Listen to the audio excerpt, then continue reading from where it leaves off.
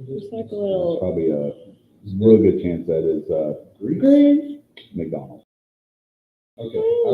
At first I thought my eyes were. I was impressed it was open. They got open pretty.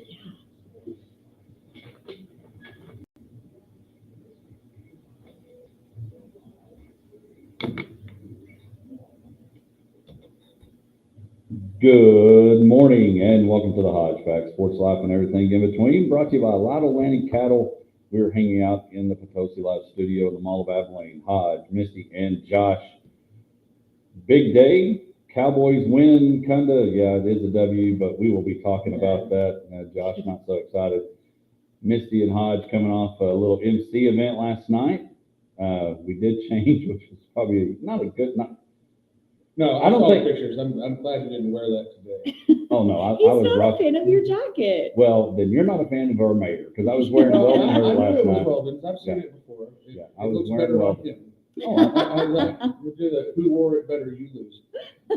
well, we got a lot of fan faves. I think we were proud. So you're always going to have to handle that 1%. That or 10%. one hater. I am the Hodge. 1%. Yep. 99 other people really liked it. That is true I story. mean, I thought we rocked it. Could so. you have sat in that chair and done the show in your outfit? It would have been a little crunchy. I was wearing a pleather romper, so yeah, it was it was a little Mine didn't crunchy. come in. Amazon didn't. Yeah, Let's make sure we get that in time next time. Yeah, Hodge in a romper. I'm pretty sure that would go viral in a lot of bad ways. But we are glad that you're with us this morning. We have, again, football season rocking and rolling, so there's tons to cover. We'll have Anson Tiger head football coach Corey McCombs in the second hour. And also in the second hour, our guest picker is one of our favorites, John Keedy from DRI. John, I'm sure will be wearing his Bears hat. He's a big Bears fan, so I'm sure Bears will be there. And I'm sure he'll have some input on the Dallas Cowboy game last night, which we will as well. But tons to cover. College football, big weekend. Power 5 versus Power 5, SEC. Top 5 matchup with Alabama and Georgia. And Josh, we'll get to it, but we have our first. We've heard of people bowing out of bowl games. We've got a guy that's bowed out for the rest of the season, so we'll talk about that a little bit later. But let's dive into our Lawrence Hall headline report. First of all, everybody, good week. Good week, Josh. Oh, well, yeah. I'm not sure. Can y'all see this mark on my head? Right, yes. Yes. This general area. So I might be dealing with like post-concussion syndrome. What happened? I tried to duck to go past a low, this metal bar. I didn't make it. I was taller than I assumed. The knees aren't bending like they used to. So your ducking ability is not as good? Yeah, no. There's obstacle involved. I hit my head. So I at did any think I was going moment, to fall over. I did not fall over. so at any moment during bleeding. the show, so at any moment during the show, if Josh's pause lasts longer than normal, it's not because it's not because of the story. We will have concussion protocol. Yeah, he's got a brain Yes, bleed, I folks. had to go to the blue tent. Say, where's our blue tent? Go to Chuck E. Cheese and see if there's a video game you can get under. Maybe one of those driving video games. So were you by yourself? I mean, who? No, I've tried to play it off like it didn't hurt as bad as it did. But then when I was bleeding, I couldn't really play it off anymore. Where was this at? Or can you say that? Well, the lawsuit's pending. So. Okay. Well, I'm gonna get you a life alert like necklace next week from now on. Yeah, You're a flight risk. Josh is suing himself. Yes. Well, I'm glad you're here. I'm glad you overcame that injury. We had a couple injuries last night. Diggs came back. He was as tough as you are. He was ready to get back in the game. Did we get a Micah Parsons update? I never heard. I mean, I know they took him off in the car. It looked like he rolled his ankle, got tangled up.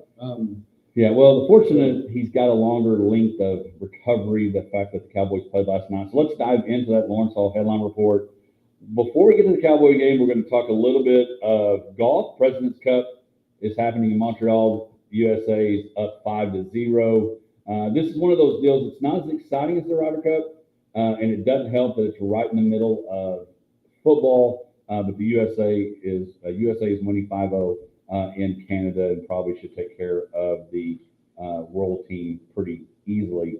The other thing we got to talk about, Caitlin Clark is finally going to get a break. Unfortunately, it's because her Fever lost in straight sets, or straight games, 2 straight games.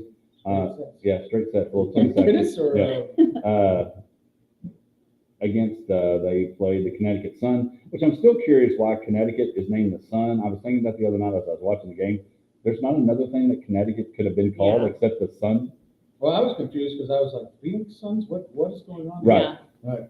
Yeah, but Caitlin Clark, Rookie of the Year, season ends. They asked this on one of the shows I was listening to this week. Did she overachieve? I mean, no. Like, I think, I don't know. I'm just like, no, I don't. I really didn't expect her to go in and just be really good. I mean, You did expect that? Yeah, I don't. I think that she did what. I mean, it took her a few games. Y'all remember early on it was kind of rough, and obviously she was getting hammered every game, and that kind of let up a little bit. But no, I mean, I think she has definitely. It didn't. Yeah. I gouged out. Yeah, she definitely did that. But no, I think that she came in and had a rough start, but once she found her groove, I mean, she's really excelled. I think what will be interesting, of course, they've had good crowds throughout, even when she's not playing. The other cities are having good crowds. It's brought attention. I really enjoyed it. I got home Wednesday night after our rehearsal and caught the end of that game. Yeah, me too. I do not understand the last 3 or 4 possessions. She does not touch the ball. Yeah, she didn't have a great game. And No, she played fine. But my point is, if I'm coaching down the stretch, my best player, you're at saying least, shooting wise? she didn't touch it at all. Right, yeah, but she really didn't play. She played well, but she didn't shoot well, is my point. She hits the shot to give them a lead, and it went back and forth. But then the last 4 possessions, when they were down, I believe 4, she did not touch the ball. Yeah, and they were all, I mean, obviously they were all over her, but yeah, No no, offense, 2.5 million people watched that No game. offense, that's not an excuse. She's got to get the ball in her hands to create something, to either a shot for a teammate, but like people were shooting the ball that had no business shooting the ball at the end. I'm not comparing her to Jordan when I say this, but I guess I am. Jordan would have had the ball in his hands some form or fashion. Kobe would have had the ball in his hands some form or fashion, and she did not. But I think it'll be interesting to see what happens with the viewership now that Caitlin's out of it for the remainder of the WNBA playoffs. All right, let's dive into it. Well, let's do this first. Josh, how was your 500 experience? Oh, it was fun. Yeah, Good time? I had a good time. Played more golf than I've played in several years. In 3 days. Yes. Back-to-back golf. Ken and I won. It was kind of cool. That was a lot of fun. So now let's move on to last night. We mentioned earlier, Misty and I were emceeing the American Cancer Society's style show last night. A lot of fun, a lot of great survivors that have battled cancer and are in remission or still battling. Just some great stories last night, being a part of that. So we got updates of the Cowboy game. We even got permission from Rufus, Misty did, to announce it. We were trying to avoid saying the Cowboy game because he told us he was recording it, but Misty in a romper got permission. Rufus says, yes, it's okay. So I didn't get to watch it literally till about the 4th quarter when I got to start watching it. So Josh, 20 to 15, our Black Columbia social media question of the week, I put up as the confidence level changed. We'll read some of those a little bit later. Josh, your thoughts last night? I couldn't go to sleep after the game last night, not because I was excited that they won, but because the realization that they really are not good totally sank in. It was a win on the road, and so that's always good, but just did not look good. The defense truly is a problem. And after the first game, I thought, okay, well, this is better than I thought, and I kind of got overly excited. But Michael Parsons, he left injured last night, and hopefully he's okay because he is a key cog to what's going on. But the way that the Giants schemed him, it's like, and he hadn't really done much the past couple of games, and maybe the NFL's figured out a scheme to neutralize him a bit. So is it similar to, we talked about, like you see a lot of times, like RG3 had a great year, year number 2, not so much. These defensive coordinators that get used to, but we're in year 3 of Michael Parsons. And I would think it'd be a little bit different. Either if they're doubling you or doing something like that, it should free somebody else up. Right. But we're really not seeing that. Well, and that's the thing. It's like and I do think he's still a key cog. And if you remove him and people don't have to scheme to that, then other people, will not have as much opportunity. But what they were doing to him last night is putting him in like zone reads, and on a lot of runs didn't block him with anyone. Just made him the key to where the player was. Are we going left? Are we going right? And get him in space and make him make a read and then adjust to it. And that's one thing that the Giants did that worked very well. So anyway, that was disappointing. I was disappointed in the fact that I felt like the Giants were a team that you should just feel comfortable with the entire time. And then it reminded me of the North Texas Tech game that ended up being what it was actually supposed to be. You're supposed to You're win supposed big to go in there and look and not have a chance, because again, we're settling for field goals. Dak and then Aubrey missed a 51-yarder, which is he's allowed to. I mean, it's the first one he's missed in he set the NFL record for consecutive 50+ made kicks last week or earlier in the game, whatever it was, but then he missed one. But to get off on a whole different subject, I think him being so good allows the offense to be like, we're fine, he'll make the field goal. Well, but I mean, you settle for field goals, you're not going to beat good teams, and you almost didn't beat a bad team. Right. In the Giants. So I know you were busy. Did you catch any highlights or anything like that? I saw nothing but the score, and the score told me all I needed to know. Well, and that's my thing is, my biggest struggle is if you hold an NFL team to 15, you should win a lot of games. Right. But you're not if you're relying on, if your fantasy football leader is your kicker, that's a problem. Number 2, when it comes to running, whether it's stopping the run or running offense, we struggle. Now, last night, they held the Giants to only 26 yards rushing, which was good. And I think, and we've only got a little under a minute left in the Lawrence Hall Headline Report. Head over to Lawrence Hall to get all your car, truck, SUV needs. Is our schedule, because we don't know how good the Commanders are, because we don't know how good the Eagles are. But you look at the rest of our schedule over the next few weeks, it's not easy at all.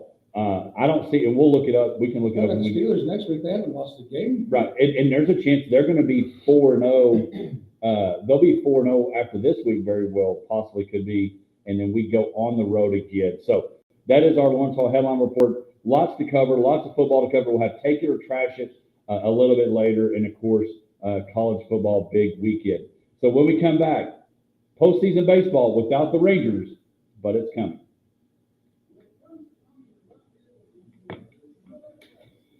All right, what's up, Facebook Live?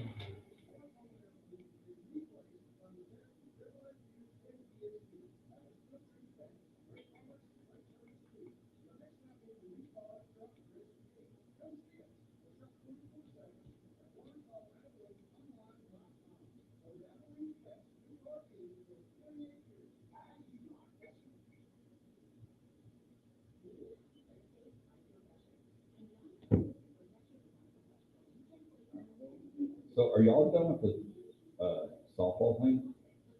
Me? Yeah. Yeah. Collins is done. She removed herself from that sport. Do you think for good or just try to remember we're live? I don't. Live if you don't want to say anything. No, I don't know.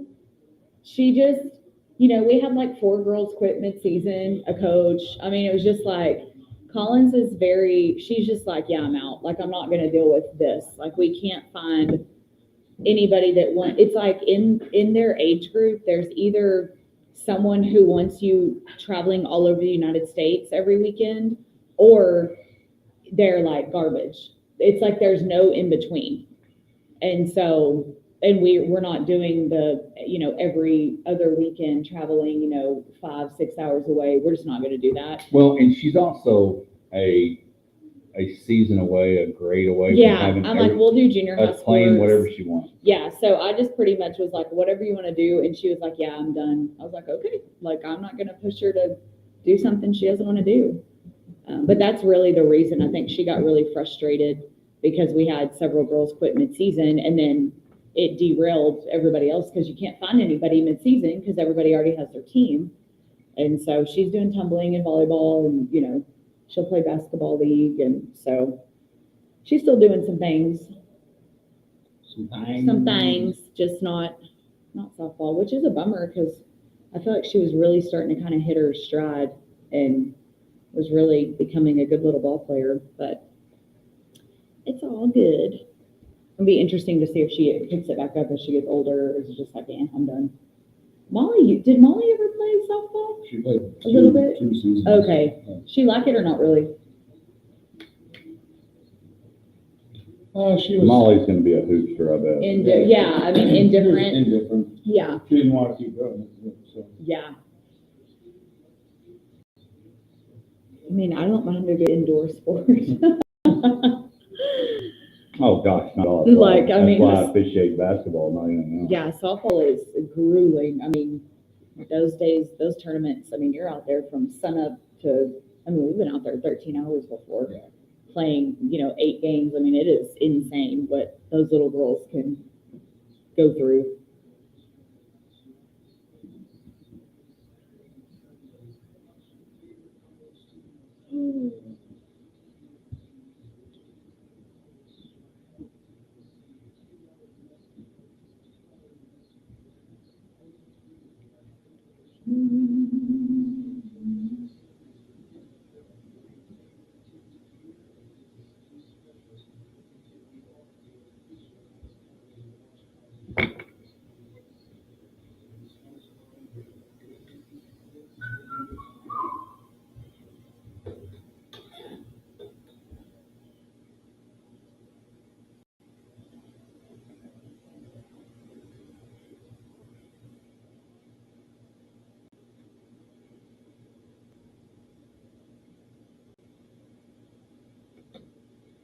We are here. We're on the Country Giant. We're glad you're with us. Don't forget to download, subscribe, rate, and review the Hodge Pack podcast. Wherever you get your podcast, you can go back and listen to previous shows. If you have any that you would like to go back and get takes on and tell us whether we were right or wrong, feel free to do that as well. Hodge, Misty, and Josh here. Big weekend of college football. We'll talk about that again. Let's try that again. The Bulldogs of Georgia are heading to Tuscaloosa to take on Alabama, and so Texas getting their first SEC matchup with Mississippi State. We'll tune up, and we'll talk about that. And of course, full slate of NFL games without the Cowboys. Cowboys win last night, 20-15. Again, don't forget we are part of the Dallas Cowboys Radio Network, Aggie Network, and Anson Tigers. Of course, we have Corey McCombs in hour number 2 for our Big Country Electric My Town segment. Josh, a little different October, September, rolling into postseason baseball without the Rangers. The Rangers got to be their last trip to Oakland. I saw where the A's people were getting dirt and all the things because Oakland Athletics are no more. They are joining the Aces, the Golden Knights, and the Raiders in Vegas. Recap, I guess there's a weekend left of Ranger baseball, but a lot of postseason baseball still left to be determined. The Braves and Mets, hurricane, what's the name of this hurricane? Helen.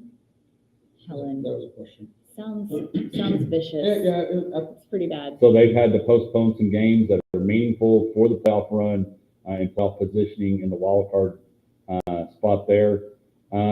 Bit of a Ranger report card. You'll give the final report card, I guess, after this weekend next week, but it is time for our first Bacon Trust Texas Ranger MLB report.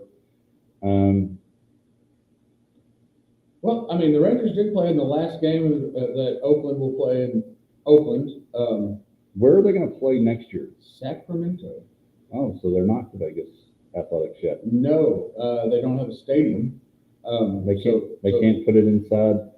the Raiders, I bet they could throw some dirt down and AstroTurf. You know, they used to do that in the Oakland Coliseum, and I don't think people like that.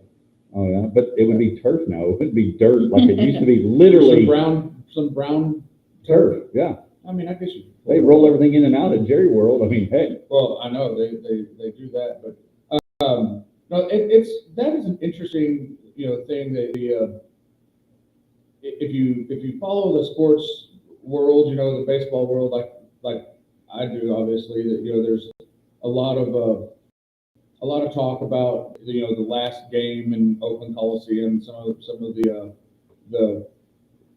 just people and teams that have gone through there, and how there's just general vitriol towards the ownership for wanting to move and all of that.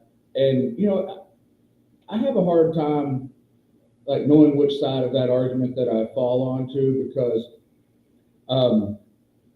there's all this talk about all the passionate fans, that have grown up, watching the A's, and people have just fans have tweeted out, these like stories or memories from their childhood and all of Well, it. that's what I was about to say. Even I don't know, Misty's way younger than us. Obvi. But when we were watching baseball and growing up, it was the Athletics.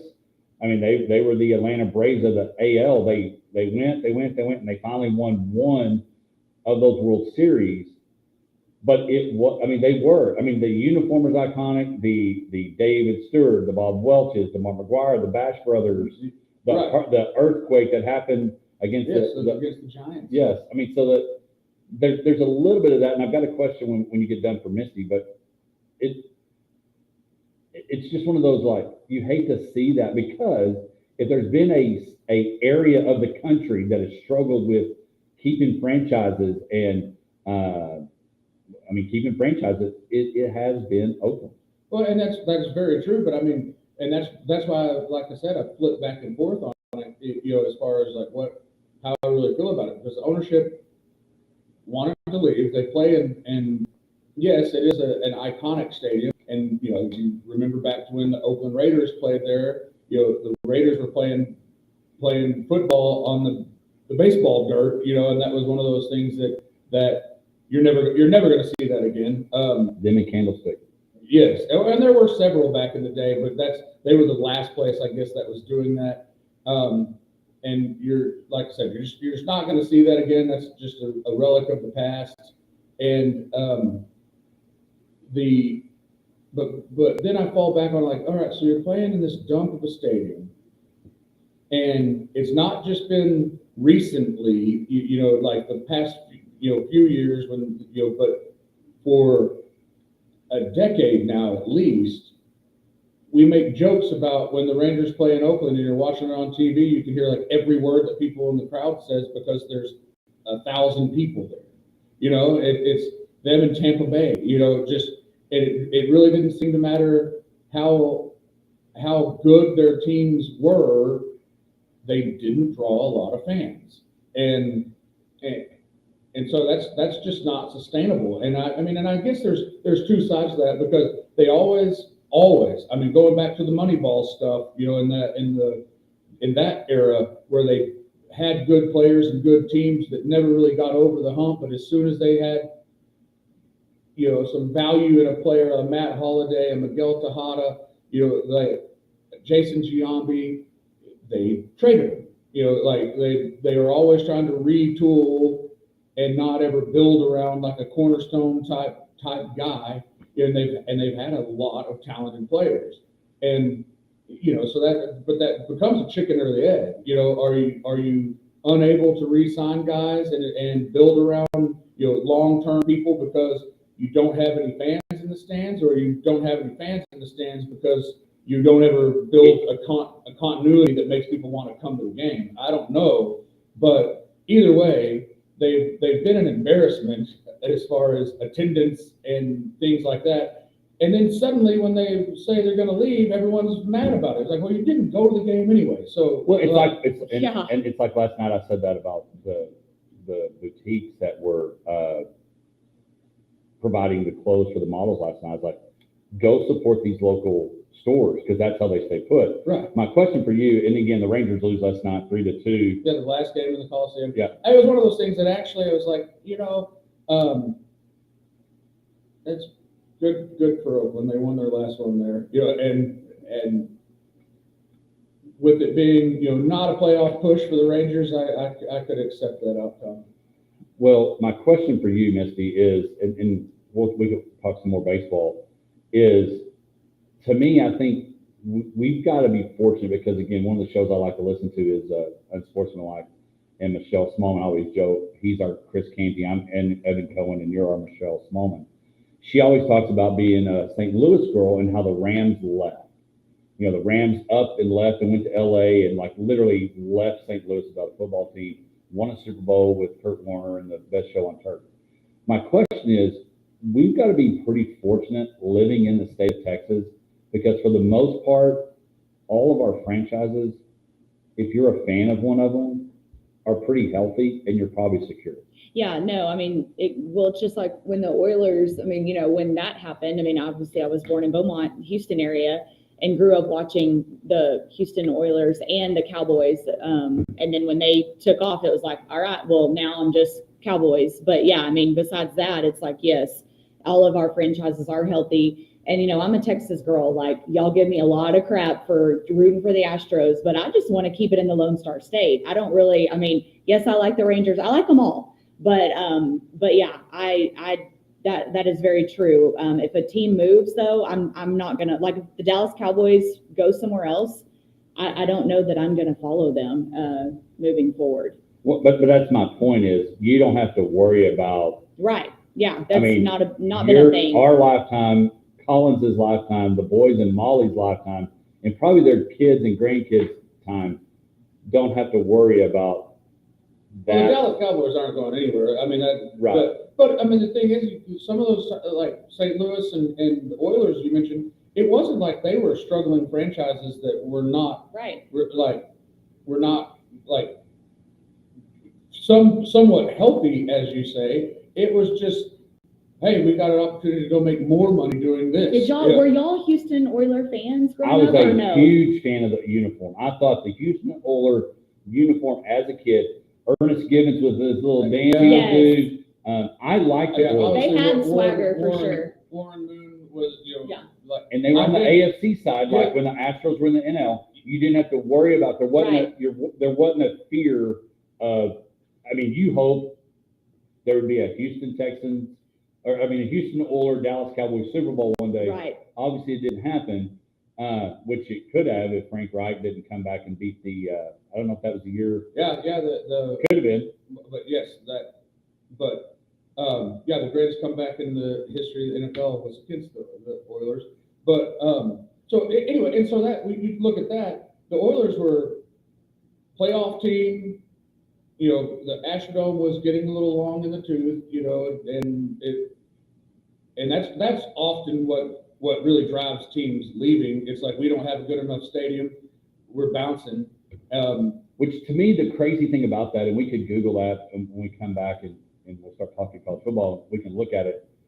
But most people don't leave Texas to make more money. Now everybody comes to Texas to make more money.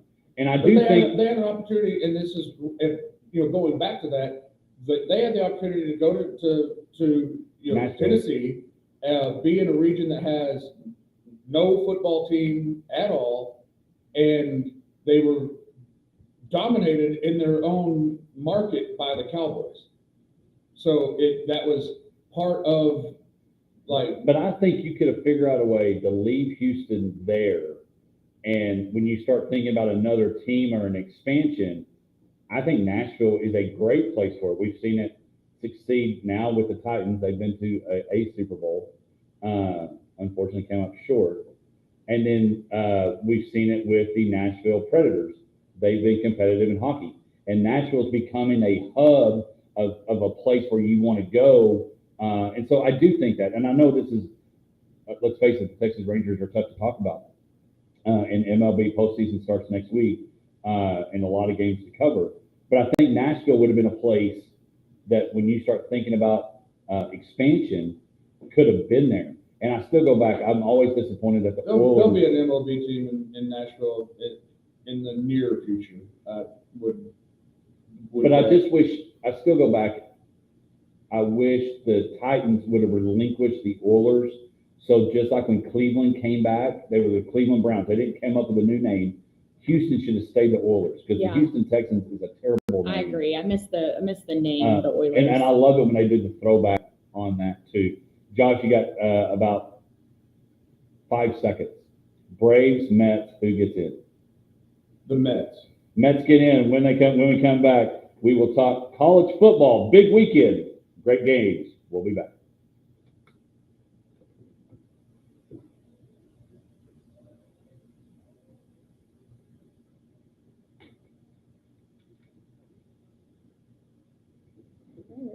I'm chilly in here. It's what? I'm chilly. Josh, I know it's going to open up a wound, and I think Zane's probably not awake, so it won't hurt. We've got to talk a little bit about last week's That Baylor Baylor. game. Yes. That game was nuts. It was stupid. That was a good job. That was a great way to get all three of us in on that. That was good. Yeah, no, good job. Good job.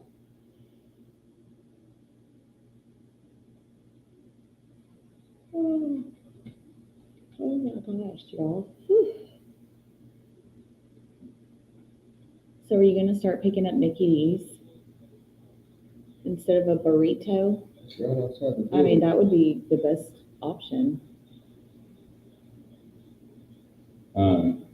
I did today. I wasn't running behind or anything, but I was just going to try it out because I knew it was open. Yeah, it's so nice. And I feel like they put that up so quick. Yeah. It's amazing how fast some of those restaurants can go up. Brahms is getting pretty close. Are you ever on that? Do you ever drive like on Judge Ely? Never. Yeah, I didn't think so. I randomly go downtown for Like lunch meetings or something. Yeah, or some sort of meeting. Yeah. But I rarely go north of here. That's how I used to be when I was working on the Yeah. south side. But now that I'm north, Yeah. I'm pretty much all north. And downtown.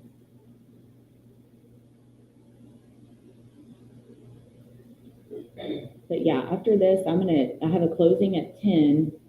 This isn't going, I guess, is that? Uh-oh. Do you need to shake it? Shake it. Let's see your moves. What you got?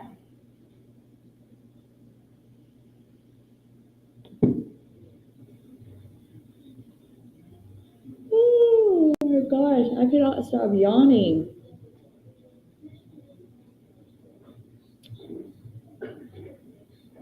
Well, that wasn't going again. It stopped. I just restarted. This is me.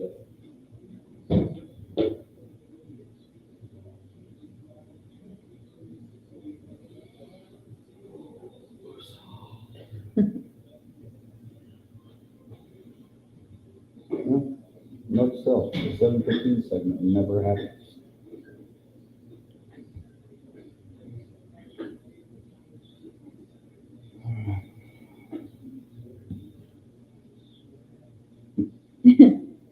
Clay just said, I'm yawning with you. I guess he saw me yawn on Facebook. I'm so sleepy. I'm literally a grandma.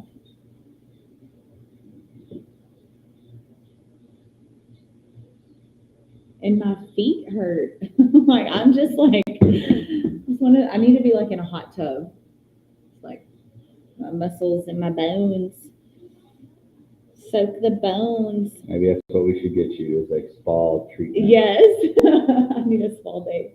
It was so fun though. So fun. There were really some great stories last night. Some new, from the new models.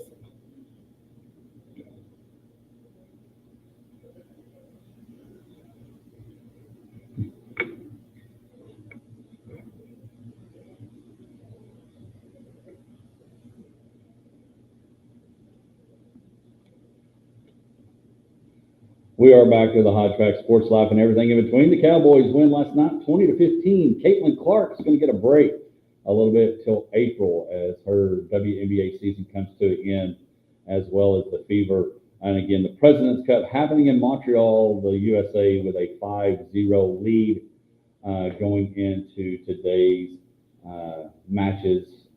And really, I think from a golf perspective, they got to find a way to make the President's Cup a little more exciting. I don't know how you do that differently. Even Thomas Kim getting excited and talking trash back to Scotty Scheffler didn't do a whole lot. That was the story. But other than that, a lot of things going on this weekend. College football, let's talk a little bit about last week. We'll talk a little brief experience. The ACU-Idaho game last week. ACU coming up just short. Andy Penny and I had a chance to call that on ESPN Plus. That was a lot of fun to do that. But I was unable to watch it, but I heard rave reviews about Andy. Oh, he was fantastic. He did a really good job. He just is like, whatever. There's no doubt Andy is a pro and made it very easy to do that. Tell the listeners how that came about Well, for y'all to be able to do that. Well, so normally, I don't know who, Bob Shipley did it with Grant Boone 2 weeks ago when they played Western Georgia. And so I was driving back from Rotan, actually, and Andy had called and said, hey, I've got something to throw at you.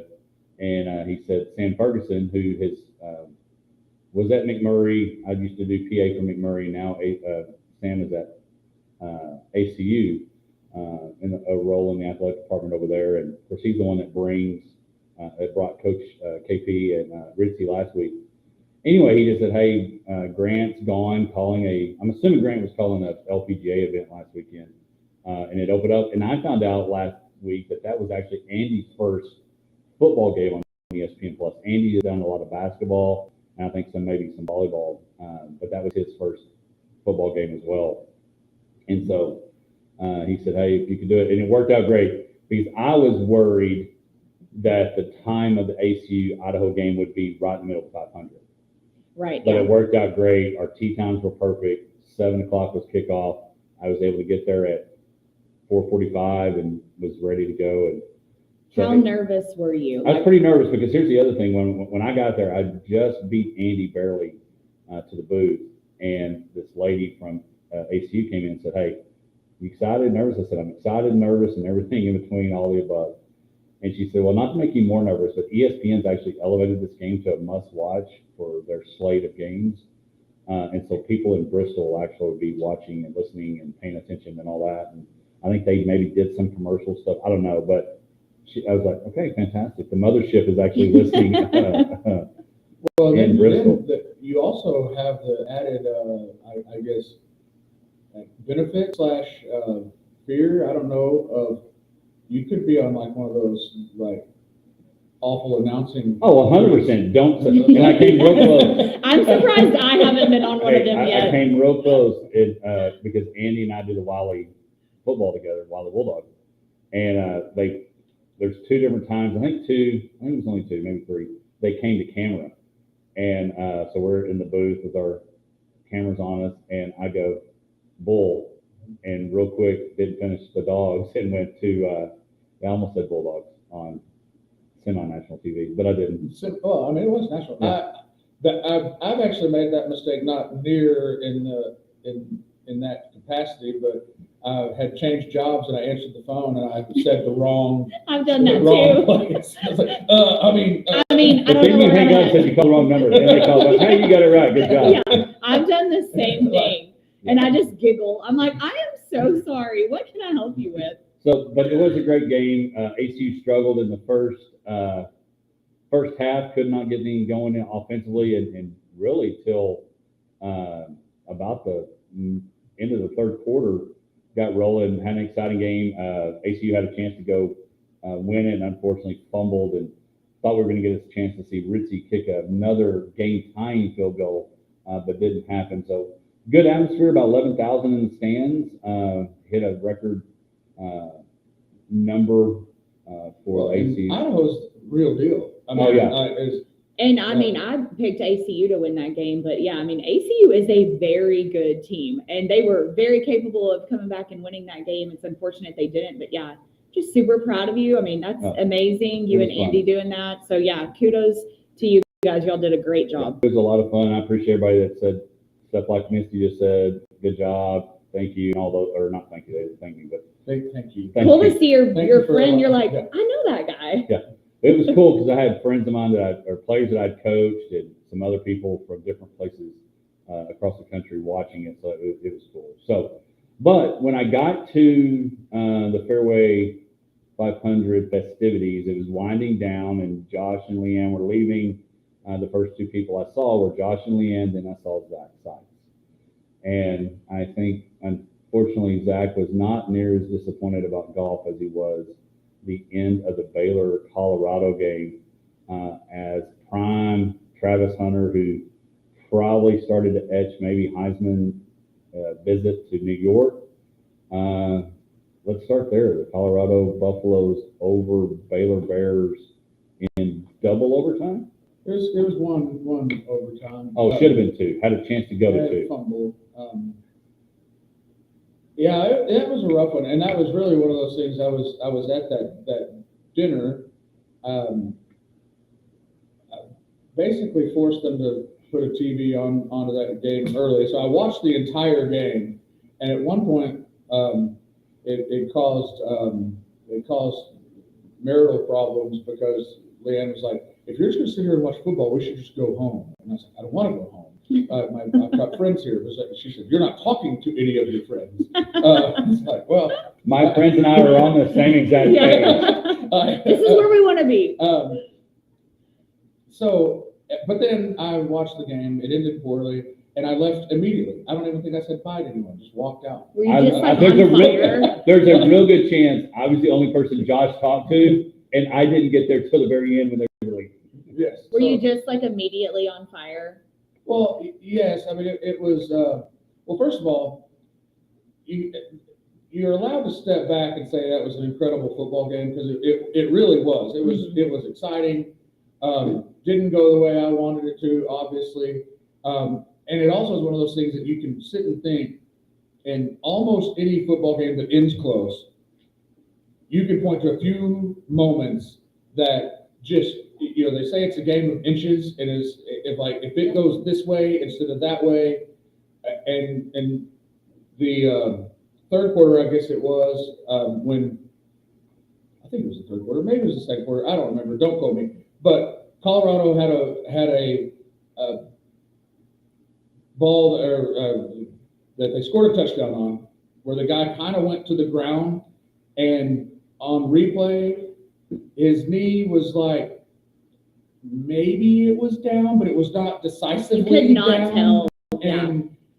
And so you're talking about not a game of inches in that, but like a game of millimeters. Like if his knee does touch the ground there, that we don't go to overtime. There's no Hail Mary at the end. I mean, none of that happens. And it's just that close. And the funny thing is, you're obviously Baylor, Zane, Zach, big Baylor side. You're big Prime. I was going for Colorado. I loved every minute of that game. I think you're kind of on that. I like him. I mean, some people have started to wane off of Prime because of a little bit maybe of how he's carried himself and all those things.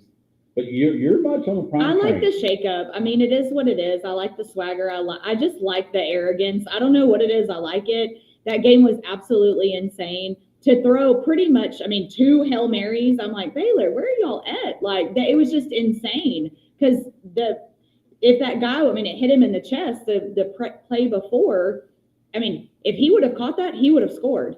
So, it was 2 bombs, not just one. And so you got to give Colorado some credit for that. Really, just gutsy calls, made the play. I don't know, it was amazing. The way that it ended really was sad.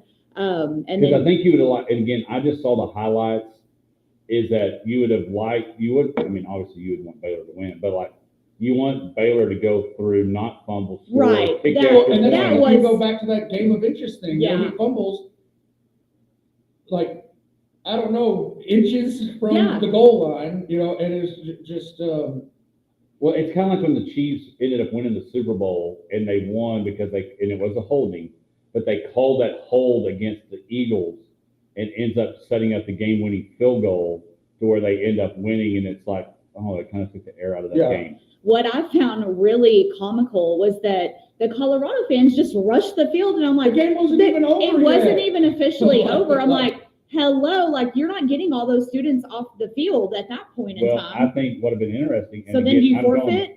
Well, I think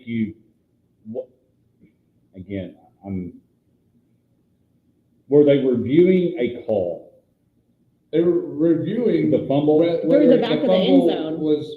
Whether he had scored a touchdown or fumbled. But my point is, what if it would have counted? What if, and then how do you eventually get them off? That's what I'm saying, you don't. And well, I think you do, but is there a flag? There would have been flags. Yes. And that's one of those things, like, take my personal fansmanship out of the equation. I wish Baylor would have scored a touchdown on that, just to see how it would have played out. How you would have worked that out. And then come on, you're a home favorite. Yeah. And you rush the field. Yeah. I mean, right. That was dumb. Give me a break. It's not like Utah was there. It wasn't like Texas was there or Oklahoma. Right. You're rushing the field. No offense. You're rushing the field for beating Baylor, right? Who's coming off not a great season last year and trying to figure it out this year. Right. I mean, so that was ridiculous. Yeah. Just like it was cringy on its face. Yes. And I was just thinking, what? Like, so if there's like, nope, call's overturned, it's a touchdown. You got to get now, like, it's like basically a riot. Yeah, total chaos. Yeah. So yes, there would have been penalties. I don't know how long it would have taken. How long are you allowed to clear people off the field before you're like, well, you can't get your people under control? Yeah, and then we're done here. Yeah. But anyway. So that was that. I know that's a lot of Baylor and Colorado stuff. I would go change some things so we could see how you would fix that. Yeah. Well, so we've got to put this and we've got a little bit of time, and we'll work it, and we'll make sure we'll get Missy's back. But we cannot not talk about college football and not talk about what happened at UNLV. Matt Slucka, 3-0, has led the Rebels to a 3-0 record, and literally said, "I'm out because you owe me $100K." Tell you what, we'll go to commercial. No, we can do it now. What's your thoughts on this? I mean, this is wild. I think that it's the greatest thing that's ever happened. Because it is the culmination of idiocracy, of how we are to this point, how it's built from I'm skipping a bowl game to like it takes the next step to where you can just transfer wherever you want. And now we're going to pay people, but there's no rules on how we're going to pay people. And like you're doing handshakes and full agreements, but you don't have a contract. And it's stupidity, absolute stupidity. And it has now reached the point of mid-season, 3-0 start the first time in however many years for UNLV. I guess it's like a contractor says, "I'm not finishing this house. You haven't paid me." Well, I mean, it's exactly like that, but at least in that situation, you would actually have a contract. Yeah. And you got now two sides of the story. That one side is that he was told he was going to make this much money, and he's not. The other side, they're saying like, well, after he started, he asked for more money, and then did he get recruited? Did somebody put it in his head to go to another school? And then there's the recruitment insinuation that someone said you can come over here and we'll pay you more. Right. So then you have like tampering from, but the thing is, you can say, oh, it's tampering and you can't do that. How do you, like, if I just am loaded and I want somebody to go to whatever school I would like for them to go to, I have no affiliation with the school other than, I like to watch them on TV, and now I can say like, hey, you go over here and I'm going to give you this much. No school can control that. Well, you're 100% right. Yeah. What are your thoughts, Hodge? Well, my thing is, he had to do it now because 4 Yeah, games if he goes redshirt. four Right. games, he Right, loses you're the season. out. Right. So he So he he- made the So decision. now we got this 3-game I window. really Like, think I can decide if I want to stay here or Yeah. Well, not. I think in the NFL, you've got the minority rule where you have to interview Yeah, the Rooney rule. There's going to be a Slucker rule. Oh yeah, The Slucker rule 100. will be contract signed. You've got to find a way to make it binding. You've got to make it where you've got to say, hey, if I'm saying this, we're getting it written down somewhere. But in the other deal, I mean, you're going into that locker room and telling your buddies, and maybe he is the trailblazer that gets everything going to where, hey, you are going to get paid, you are going to get the money you're deserving, and all that. But I want to be respectful of Missy's Bag and Mulligan, and so we'll be back right after this. But like, if you're a teammate of his, like I'd be really ticked. But see, Like, because you're yeah, 3-0, like you're having a real, so far so good. And then now it's like, you've been to training camp with these buddies. You've done all the things with them. The only one that's not is the backup quarterback. Right. But like, dang, that part sucks. I mean, but I've been. would you have also- done that to your team? No, but I think the whole thing's just. Yeah, it just is stupid. Yeah. Like, but then again, you can say no, but you're talking about, and this is where I think it becomes very, very interesting, is when you're talking about pure top echelon talent, they're going to go make money in the NFL. Right. When you're talking about mid-major, you're not going to go make a ton of money in the NFL. So you really have, if you want to maximize your football income, you have to do it now. And so if you go say to your 22-year-old self, like, you can do this thing that on its surface looks like a pretty crappy thing to do, but you're going to make $200,000. Right. Like, I mean, It's just I think obviously more is going to come out, but yeah, I definitely think there was some tampering, and I think there were other conversations, and he knew he could make more money somewhere else, and was like, okay, cool, I got to dip out now because after 4 games I can't redshirt, and so that's what I think. But obviously I what could are be you wrong. listening to?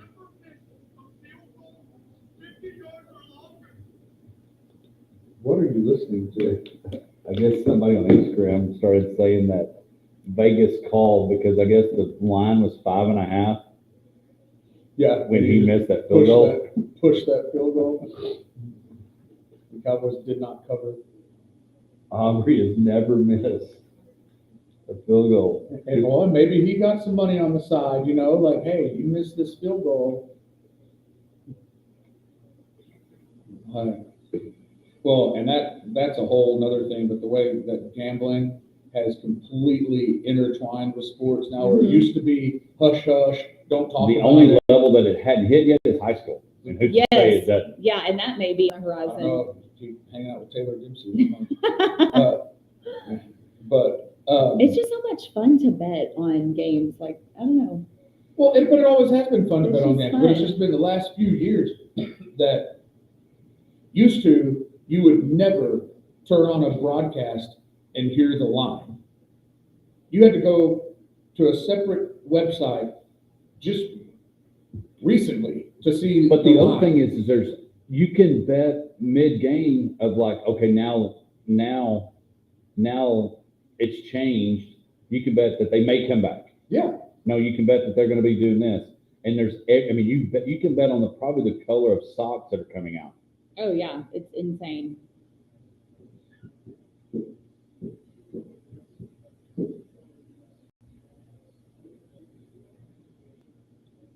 well, the gambling is a huge issue that has blown up, and it's going to cause some problems.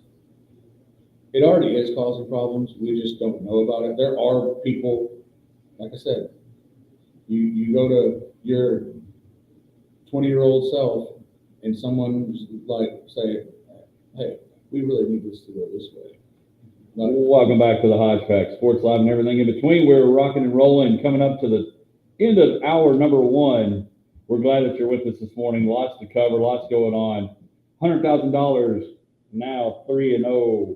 Matt Sluka going to hang out this weekend without his $100,000, and that's why he's not playing. But now it is time for Misty's bag. Totally the wrong hotkey.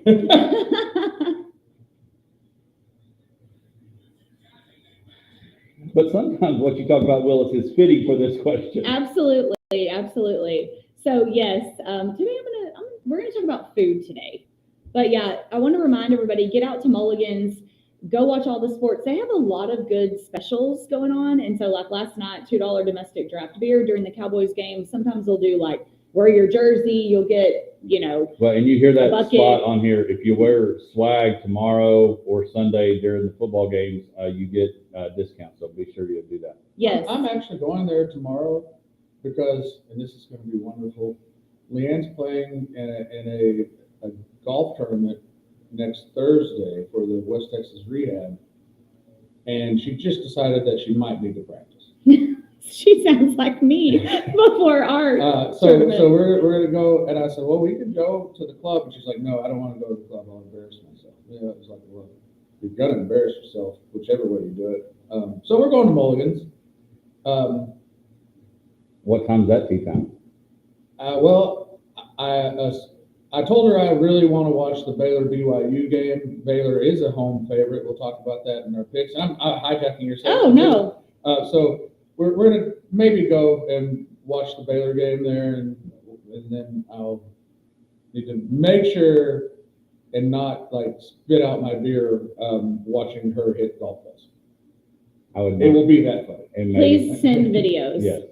Well, and also I want to remind everybody to make plans Saturday, October 5th for the first annual golf and cornhole tournament benefiting Wood Group Gives for Big Country Families. It's a 4-man scramble, 10 a.m. Get with Kyle to register. So that is coming up. So that's going to be a lot of fun, that charity tournament. So, all right, let's get into it. We're going to talk about food today. So I want to know, in your opinion, what is the most overrated and underrated concession stand food at a sporting event? Overrated and underrated.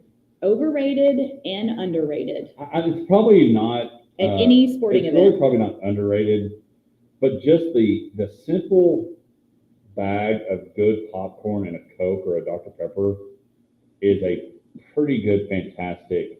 It's for the most part, it might get messy, but if it gets dropped, it's not going to spill anything. You don't have to wipe off anything. You just have to pick it up. So I think underrated is just a really good bag of popcorn and a Dr. Pepper. And does it matter? I'm going to throw this out there too. Does it matter where you're at? It's kind of like when I eat Mexican food, I need to have like a Coke. I don't want a water. I don't want a 100%. tea. So Well, like the popcorn is baseball, not football, football, not baseball. No, well, so like last week, was fortunate enough to get to go watch the Cowboys and the Ravens game. Terrible game, all that, but It was exciting. it was a good game at the end. It was terrible. Yeah. But like, I just don't, at a football game or even at a baseball game or any major sporting event, pro or even college, let's face it, there's not a lot of space to have a big old plate of nachos. Now, if you're at a high school game, you got the little boat, just cheese, maybe some chili, and that's it. So yes, I do think it matters on what your setting is on how you can function with what you're eating.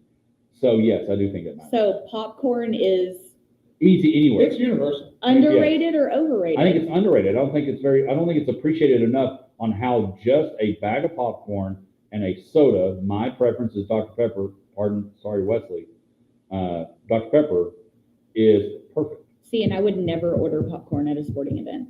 So he's right. Like It's ever. underrated. Yeah, like ever. It's a standby in our fan experience. Like if we go to, football game, baseball game, a rodeo, we get popcorn.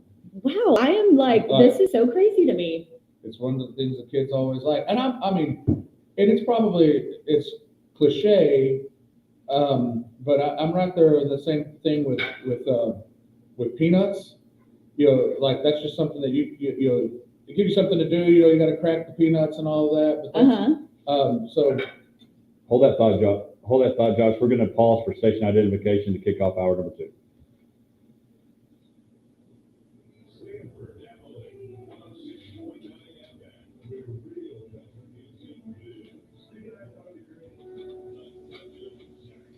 Not only does country music live, but also the groundbreaking realization to Misty on how amazing popcorn Like, is. literally, I I'm know so you're shocked excited. right now. But Popcorn. and you mentioned it earlier, and I think it's underrated because it's kind of like people just don't appreciate the pureness. Of popcorn? No, of Rico's cheese. The nacho concession stand. cheese. Just My wife, not a fan. It's very simple, and Literally. it's Instead of a can of corn, it's literally a can of cheese. it is a can of cheese, and you just That's warm one it up. huge can. Yes, And it's wonderful. and it is wonderful. And you just need some like tortilla chips and a few jalapenos, and you're like good to go. And if you splurge on the chili, there you go. It's a whole nother So deal. you feel don't like even the need nacho. chili. So do you Yeah. think nachos are underrated? Or? I think they're underrated. I think that people are like, oh, ballpark nachos, but like, no, I'm like, ballpark. It's all in the delivery. Yeah. So this is my deal, and I'm probably gonna get some flag maybe from Josh for this, but the churro. Like, why is there a churro even available Well, at a sporting event? All right, so I've always felt this way about when you go to a ballpark. You feel like every company has levels. There's CEOs or all that, and I've always felt like it's churro where you start at the ballpark because It's I just think like it's a big overrated. stick of cinnamon. I think don't know, the it's weird. churro is overrated, but I always feel bad because you got the hot dog, peanuts, cold beer, soda. Cinnamon stick. I mean, churro. basically, like a huge That has stick. to, you're right. It's got to be where you start. 'Cause your tips have to be the lowest because even the people that are buying them are probably not heavy tippers. And I would say that that's probably true with any of the less adult things. Like if you're selling something that some kid's gonna you got your $5. I don't know, lemon chill, and it's like you're probably getting a $5 bill and no tip. So, well, you're hoping it's yeah. So that is definitely overrated to me. So you're overrated as a churro. My so we've only underrated, but go ahead. My under is the chili cheese fries. Like, I love a good big old Rica, like the cheese like dripping over That's the bowl. why y'all are Wiener Schnitzel people. Yes, I love Wiener Schnitzel too. I'm all about that. No, but I'm saying I like chili. Yeah, they're known for their chili cheese fries, right? Yes. Wiener Schnitzel is? Yeah, Okay. yeah, and their dogs, but yeah, I really like the just chili cheese I think fries. the struggle is that is not a common concession stand. No, most of the time you can do nachos that way. Occasionally we've got the fries, or if you ask them, hey, Right. you've got fries and chili and cheese, can you just like combine it? Mhm. Give me the upcharge. So you're overrated as the churro. Yeah. You're underrated and appreciated is the chili cheese I would say fries. like chili cheese fries or like nachos. Like throwing the chili on just elevates the game day experience. Right. I would go Don't with that. sleep on it. My struggle with what cracks me up, I think overrated, I don't know if overrated is the right word. I think it's more like what blows your mind, what sells. Yeah, me popcorn, like literally. I'm like, what? But even at the ballpark, not the ballpark, at AT&T last week, there was people in front of us, and a guy bought the big pickle, like the big pickle, Like a huge pickle. like a huge pickle, like you'd get at a concession stand at a ball game or a little league See, park. I can do a pickle. Yeah, but I just think like, of all the things that you looked at, and maybe it was the only thing that wasn't $27 at AT&T. I really need a snack. That's the cheapest. Cheapest and healthiest choice I guess is the that's pickle. calories. Yeah, straight pickle, and if I start cramping, I've already got the pickle juice in me. What about a good like mozzarella cheese The stick? cheese sticks have become Cheese stick is I think a it's become, staple. I think it's become an easy concession stand food because you throw them in the microwave and they're done and you boom. Yeah, whatever. Yeah, but whatever. yes, Yeah. a I cheese bet some of- stick yeah. with the side of ranch. Like, I've got to have the ranch, not marinara. So that's also It's fine that you're wrong. no. I You gotta have want the ranch? ranch. Yes. Oh, you want marinara for Yes. cheese sticks? Oh yeah, you're. Y'all also buy popcorn to watch No, games. I'm gonna agree with Misty on. But ranch and cheese sticks, that's too much like salt and dairy. Oh, it's great. No, It's the way. quite amazing.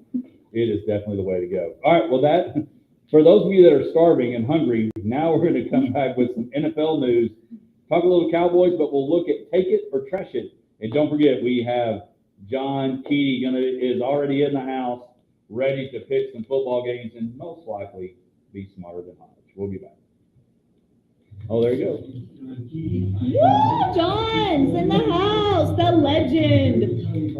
And you look great in your gear. We knew it. My old Justin Fields. I know you're Love saying it you're so going much. throwback. Yeah. Why not? I've been given the green light to start doing podcast. Oh my gosh! Yay! This is Eddie. I don't know if you Very guys good to see you. know Good to see you. Eddie. How are you, Hodge? Hi, Eddie. Sorry, my hands are cold. Eddie, how are you? He's really quiet, but he does have a really good. Good. How are you? A really good Tina Turner proud Mary. Yes! Oh my gosh! Yay! He was really excited. We're so glad you're here. About it. Yes, how are you, John? Hello, it's so good to see you. We always love when you, like, this is one of our favorite times when John comes every year. Yeah. Like, John is he's one of our favorites, so I love whenever you're here and update y'all. The first time that he came, I was like, John, I had no clue that you were a radio. I was floored. I was Literally, just like he stepped in replaced with a any pro. of us. Like just. Like, he's so good, and yeah, I remember that day. We were like, he like should be doing this. Like, he is so smart on every team. Yeah. Like, how does he just roll it off? Like, totally skilled. So we're gonna get on the podcast started. Oh my gosh. Sports will be a lot. Please let me know when that is taking place. Yes, definitely. Because, which are we? To get all the stuff we need to start it. Oh, That was Oh my gosh, let us know about that too. Like, what we can do to help support that. Yeah. Yeah, we definitely want to support that for sure. That's good. They're still fit. I need a little bit more. May I consult with Ryan about what supplies we need? Yes, yeah, no, let us know for sure. So we've got what, one more segment before? Okay. I'm looking somebody good, but I needed something wet. Take it or trash it. I'm pretty excited about one of my take it or trash hits. Ooh. Y'all, I cannot I stop didn't thinking It about was popcorn. overrated. We ran out of time. Oh, what is your overrated? We can come back. Yeah, come back with Oh, it. no, we got a lot of time. It wasn't groundbreaking. I think y'all said cheese sticks, and that's right there in the overrated. Anything other than just traditional ballpark food, like at the ballpark, is always risky. So like barbecue sandwich, hamburger. Barbecue sandwich can go with it. Hamburger, that's on the top end. but, Yeah. Like when it gets any fancier than Chicken that, strips. Yeah, I mean, Jerry World has chicken. I ate that at the Right. Zach Bryan concert. but when it's like some sort of like roasted garlic, whatever, it's just, Yeah. No, When that's people have pizza. How do y'all feel about pizza at a ballpark or a football game? never good. It's pizzas. We are back with the Hodge Pack, rocking and rolling in hour number 2, brought to you by Coleman County State Bank. We're glad that you're with us this morning.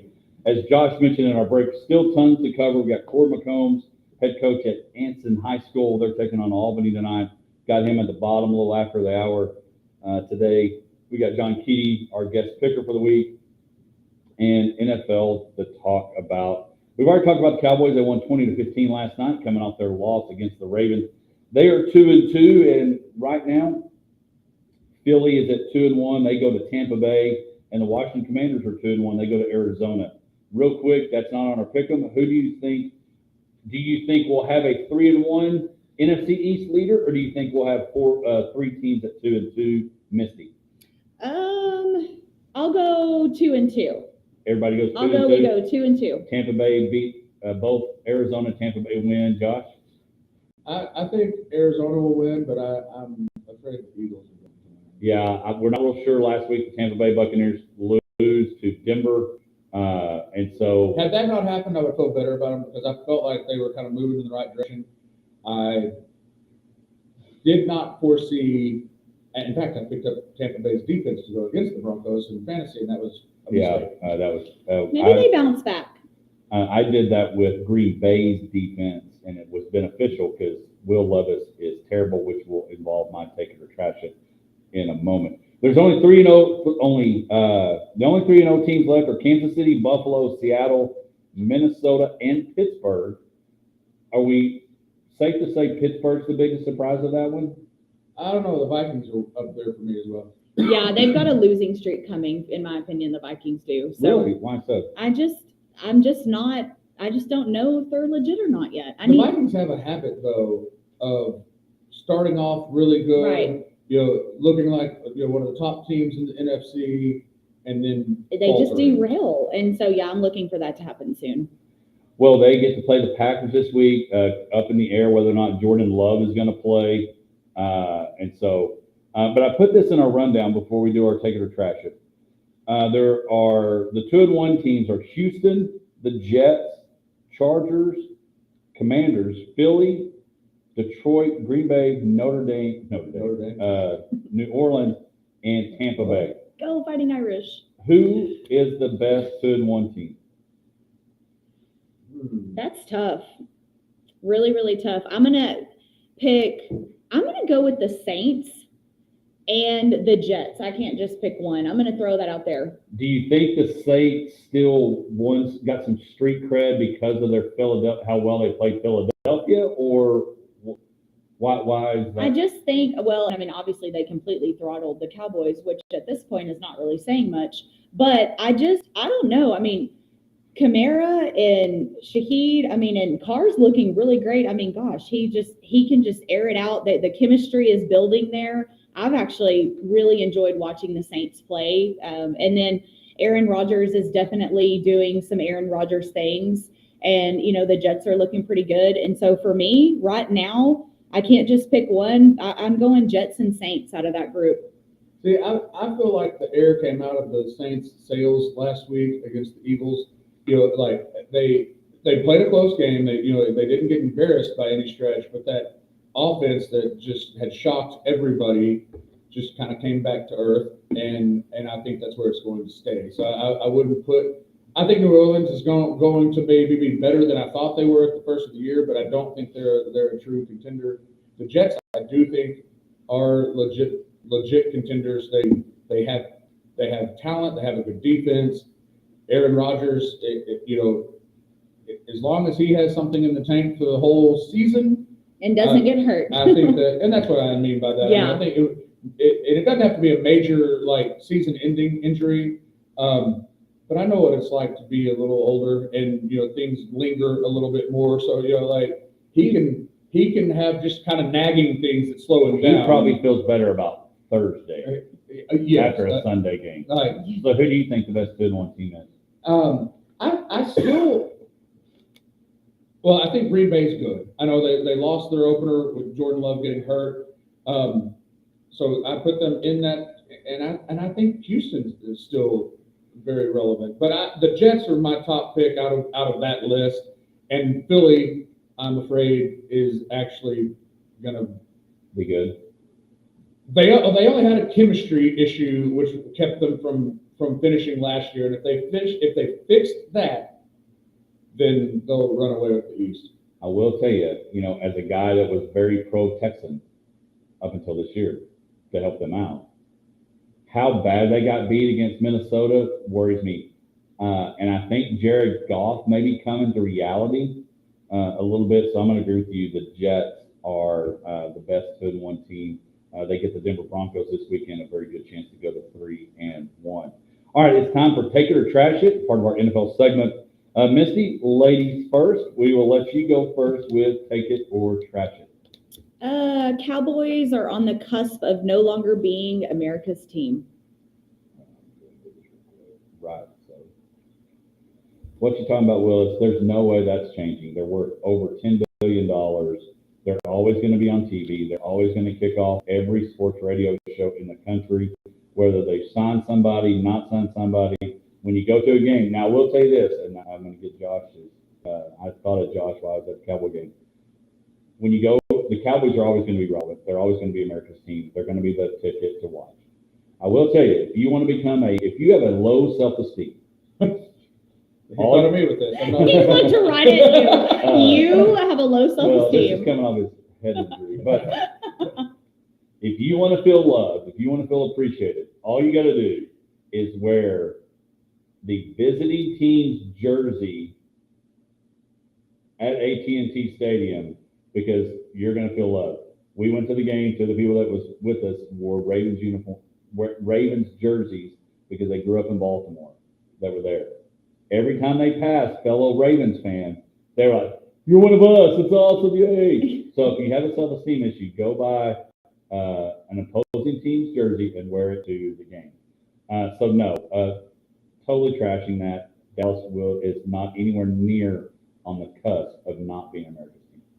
Now they may be on the cusp of not being your team anymore, but not America's team. I'm 100% with Hodge. The Cowboys have the unique position in the NFL that is, the Yankees have it in baseball, and that is everybody has an opinion. There is anyone who is a football fan has an opinion of the Dallas Cowboys. Oh yeah. Yeah, like the Cleveland Browns, you can take it or leave it. Like even the Houston Texans, you're like, I don't know. But if you're a football fan, you either love the Cowboys or you hate them, or you are a Cowboys fan that somehow still finds a reason to hate them. And I think you either hate them, love them, or you're a ping pong ball and you go back and forth. Right. I love them, I hate them, I love them, I hate them. Sometimes that happens in the game. Yes, first quarter and second quarter. Yes. Because here's like the thing with that is there are so many people that I know that would be ostensibly Cowboys fans, but are like, I can't watch Cowboys. They're just gonna break your heart. Get excited. We're conditioned for heartbreak. And so there's people that will trash talk the Cowboys who are Cowboys fans, which I get it. I mean, I'm gonna switch maybe to that segment of my grief. But you are absolutely wrong. They are so relevant that, like Hodge said, you cannot go through a national sports broadcast without hearing mention of the Cowboys. Yeah, thank you. Hodge is right once. Yep, there you go. Once. Jot it down. 1 to 100. Jot it down. It will probably be in the podcast title. Hodge finally right. Take it or trash it. Either Russell Wilson's agent or the Titans or the Dolphins need to reach out to one another and trade Russell Wilson to one of those two teams. I think Justin Fields, and it's going to be perfect because we got John Key who's rocking the Bears jersey now. Justin Fields is there. Justin Fields has shown that I think he can do what needs to be done in Pittsburgh, which means take away the choice for Mike Tomlin. Russell Wilson, send him somewhere else. He's going to be dirt cheap because Denver's taking care of most of the check. If I'm Tennessee, I'm in a division that can the Texans start coming down. Anthony Richardson's not doing the things that we thought. 0-3 Jacksonville. Russell Wilson, if I'm him, I'm trying to find a way to get to Nashville and Sierra can start a country contract. I'm saying take it or trash it. Russell Wilson needs to find a way to get out of Pittsburgh if he wants to play. Well, I take that 100%. He was injured during the first year, which allowed Justin Fields to get the start. It was a quarterback battle anyway, so he wasn't like established. Because I don't think that you should lose your position just because you got injured, but it wasn't his to lose necessarily. And Fields has, like you said, done what he needed to do. If Russell Wilson wants to play, he needs to go somewhere else. Miami was where I personally thought, and you threw that out as a possibility, but. Miami has some weapons.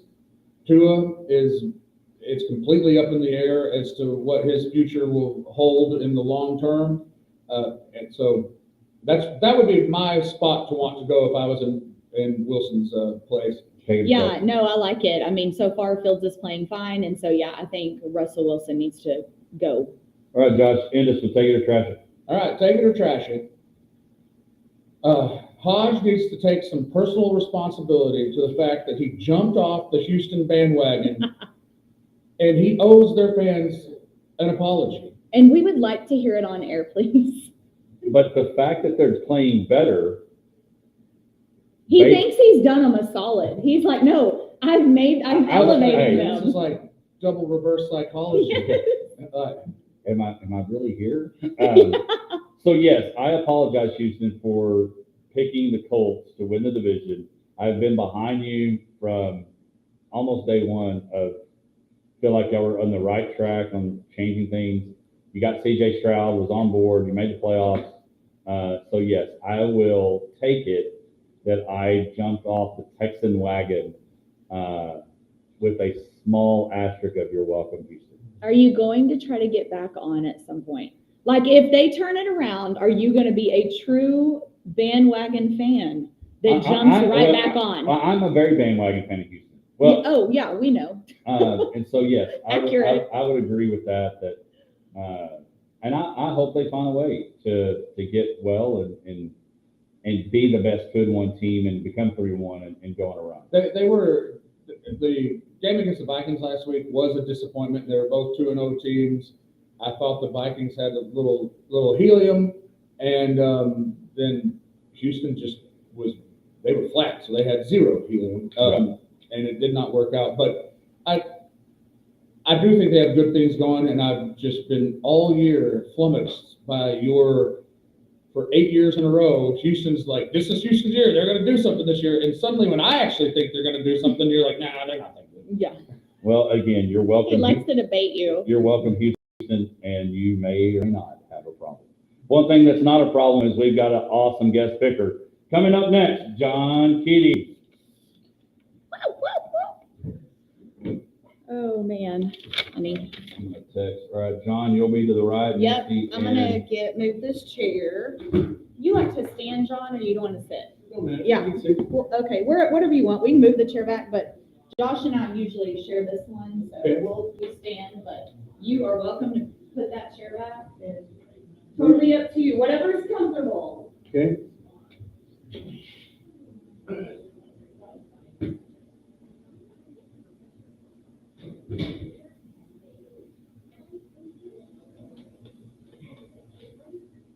John, are you, sir? Good to see you. You too. All right. All right, where's my picks? Went through them last night. You got them? Yes, sir.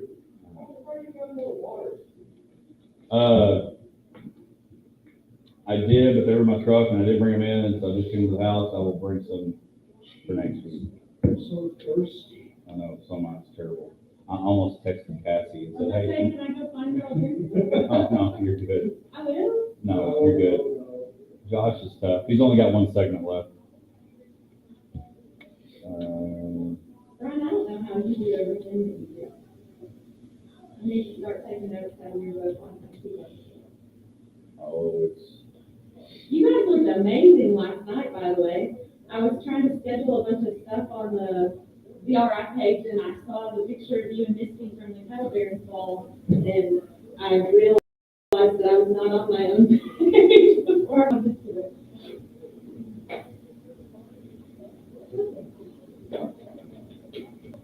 All right, Josh, I'm going to talk picks. Bring it to you, talk a little about the picks. Okay. Welcome back to the Hodge Pack, sports, life, and everything in between. It is time for our guest picker. Let's go ahead and get that sounder going. All right, Josh. Last week, Will Christopherson struggled a little bit. Yeah. John's got the fortunate place to be where he's following up the world record holder, worst guest picker in the history of the Hodge Pack. It was a rough week overall for a lot of people, but Will really struggled. That was So, John, all you got to do is get 2, and you will beat Will. Will got 1 now. I'll see what I can do. All right, again, but last week, who was we got to take a moment to brag about your daughter. I mean, really probably need to get her on some national shows, and probably I need to start getting advice on picking because Molly's dominating. Well, she is dominating. She is leading the Hodge Pack pick'em. She's actually won or tied 3 out of the 4 weeks.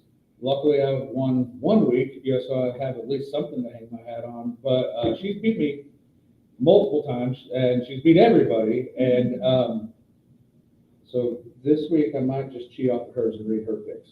All right, well, there you go. Well, let's go ahead and dive into them. First of all, John, how's everything going? Oh, fantastic. Hey, how was it a while ago when we went to commercial and you heard your commercial over air in studio? I love it. Always great to hear it. There you go. Don't forget DRI shredders. If you need some shredding, get a hold of DRI. They can come take care of all your documents, whatever you need shredded. They can get taken care of that. Big dove hunt coming up next weekend. Yep. Yeah. Sure is. All right. So if you, we'll get with Cassie if there's still room for the hunt. Josh, you're a hunter. Have you seen dove? What's the dove status? I saw Dove. Is it still alive? Just one. Is it still alive? No, I've actually heard that there's good dove hunting. At my particular location in the South Taylor County area, I have not had very good luck, but I've been out a few times. The weather's been really nice. I mean, that's a bonus. All right, so that is a bonus. So let's see about not dove hunting, but picking. All right, John, we got some games to pick this week. A lot of good games. Josh, I said I was going to go to John, but was it hard, easy getting 10 this week? Well, we did more NFL games this week than normal because there are some very, very good college football games, but there's not just a lot of them. And unfortunately, the local high school matchups, I couldn't find one that I really felt like I needed to throw on here. So it's like there's maybe sparse college football as far as the number of good games, but the games that are on the schedule here, especially I think some of these, obviously Georgia, Alabama is maybe the game of the year. So that's something to look forward to. I am surprised you guys didn't put down the Louisville-Notre Dame matchup, considering the last time Louisville played Notre Dame, they beat them. Well, and I think Louisville is probably one of those teams that's underrated, maybe along with the bag of popcorn. Underrated on how good Louisville might be and may be a threat to Clemson and Miami in the ACC. Yeah, and Notre Dame may want a shot at getting them back, and we'll find out tomorrow. Well, and Notre Dame's got to have a whole lot of help because they can't get into the playoff without being in the conference. Right, and so they don't have that conference championship to fall back on. And I did struggle with not putting that game on there. I was back and forth about it, so I'm glad you called me on it. All right, good job. As long as they keep winning out, they're not out of the possibility yet. That is true. So let's get into these games. BYU, Baylor, BYU coming to Baylor at Waco. It's 11 o'clock kickoff. Josh, who do you and Misty have? Baylor. Yeah, I've got Baylor on this one. I got Baylor. I got Baylor too, 11 o'clock tomorrow. Oklahoma State and Kansas State, another top 25 Big 12 matchup, barely. Oklahoma State at 20, Kansas State at 23. Oklahoma State not able to beat Utah. Now probably be a struggle. The Big 12, I think, is going to be more competitive than most people think. I struggle with this because Manhattan is a tough place to win, but I went with Coach Gundy and the Pokes. Josh? I did as well. I think that they are. I think they're the best team in the Big 12. Utah being right up there with them. They did pull it out against Utah, but I've got them this week. Just because they're playing at home, I've got Kansas State.